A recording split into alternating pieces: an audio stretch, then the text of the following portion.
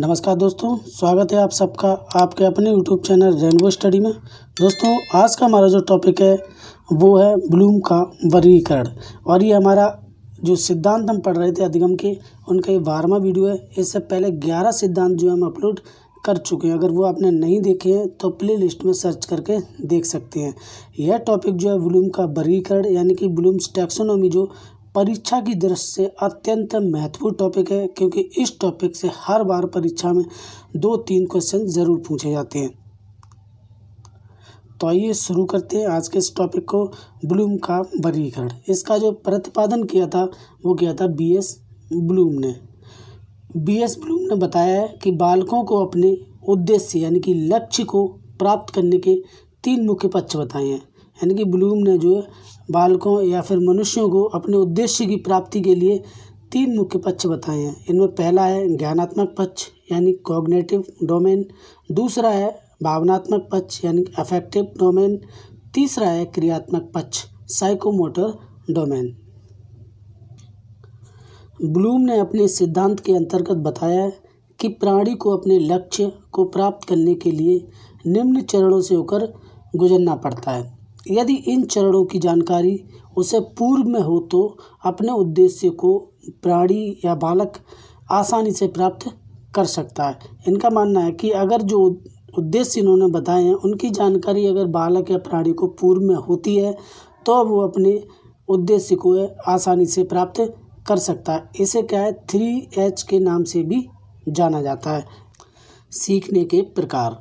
ज्ञानात्मक पक्ष का जो वर्गीकरण किया था वो 1956 में B.S. ब्लूम ने किया था। इसमें उन्होंने पहला बताया था ज्ञान, दूसरा बोध, तीसरा उपयोग, चौथा बताया था विश्लेषण, पांचवा संश्लेषण और छठा जो है गया मूल्यांकन। ज्ञानात्मक के कितने वर्गीकरण? 6। दूसरा है भावनात्मक का जो वर्गीकरण किया था 1964 में ब्लूम तथा क्रचवेल ने। इसमें दिया था ग्रहण करना, अनुक्रिया, अनुमूल्यन, संगठन और चरित्रीकरण, इसमें 5। तीसरा है क्रियात्मक पक्ष का जो है वर्गीकरण किया था वो किया था सिम्पसन ने 1969 ईस्वी में।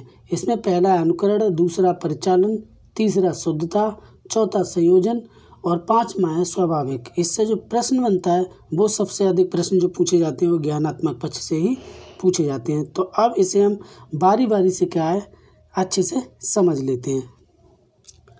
ज्ञानात्मक पक्ष पहला, इसका वर्गीकरण ब्लूम ने 1956 में किया था। यह मानसिक क्षमताओं से संबंधित होता है। इसके उद्देश्य को सरल से कठिन की ओर, शिक्षण अधिगम के निम्न स्तर से उच्च स्तर की ओर ले जाने के दृष्टिकोण को 6 भागों में बांटा गया है।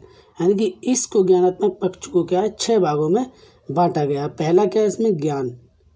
इसमें बच्चे को आंकड़े, जानकारी याद करना सम्मिलित होता है। इसमें क्या है बच्चे को आंकड़े सिखाना, जानकारी याद करना सम्मिलित होता है। जैसे पृथ्वी के बारे में बताने से पहले हम कहेंगे पृथ्वी एक ग्रह है। ठीक है, ज्ञान करा रहे हैं पृथ्वी एक ग्रह है। दूसरा होता है बोध में क्या है इसमें बच्चे को ज्ञान कराया जाता है, उसकी समझ विकसित की जाती है। यानी कि पहले मैंने बताया कि पृथ्वी जो क्या है एक ग्रह है, अब उसके बारे में समझ विकसित करेंगे तो ग्रहों के बारे में जानेंगे। तो इस किसके अंतर्गत आएगा? ये बोध के अंतर्गत आएगा। पहले क्या है ज्ञान हमें ज्ञान प्राप्त हुआ कि पृथ्वी एक ग्रह है। दूसरे में बोध होता है कि ग्रहों के बारे में जानकारी करनी चाहिए। तीसरा है अनुप्रयोग। इसमें आत्मसात किए गए ज्ञान को परिस्थितियों के अनुसार प्रयोग किया जाता है। अब देखिए इसमें जांच करना, प्रदर्शित करना, गणना करना। अब हमने सीखा था उदाहरण के लिए कि पृथ्वी एक ग्रह है, ज्ञान हुआ हमें। दूसरा हमने बोध किया ग्रहों के बारे में जानना। और तीसरा है अनुप्रयोग, तो हमने कहा ग्रहों की तुलना करना यानी कि आपस में उनकी जांच करना। ये किसके अंतर्गत आएगा? अनुप्रयोग। चौथा है विश्लेषण। विश्लेषण में क्या होता है इसमें आत्मसात किए हुए ज्ञान को भिन्न भिन्न भागों में अलग अलग करने की क्षमता होती है ताकि उसके तथ्यों और निष्कर्षों को समझा जा सके। पहले में हमने पढ़ा था कि ज्ञान में कि पृथ्वी एक ग्रह, दूसरा में बोध हुआ कि ग्रहों के बारे में जानने का, तीसरा है अनुप्रयोग, ग्रहों की तुलना करना, उनकी जांच करना, चौथा है विश्लेषण में क्या होगा ग्रहों की अलग अलग तुलना करना और उन्हें अलग अलग जानना। जैसे बुध, शुक्र, पृथ्वी, मंगल आदि सभी ग्रहों के बारे में अलग अलग जानकारी इकट्ठी करना।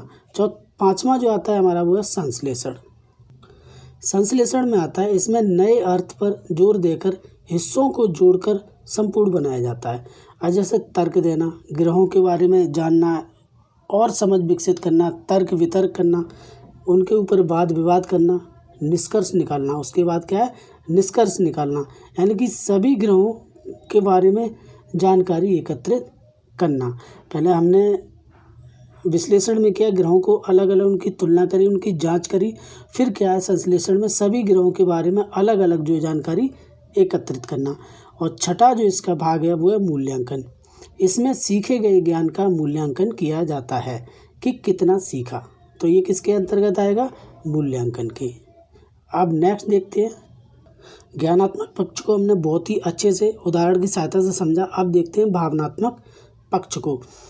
इसमें वे तरीके शामिल किए जाते हैं जिनसे हम भावनात्मक रूप से सामना करते हैं, यानी कि जिनका जो हम भावनात्मक रूप से सामना करते हैं वे तरीके इसमें शामिल किए जाते हैं। किसमें, भावनात्मक पक्ष में।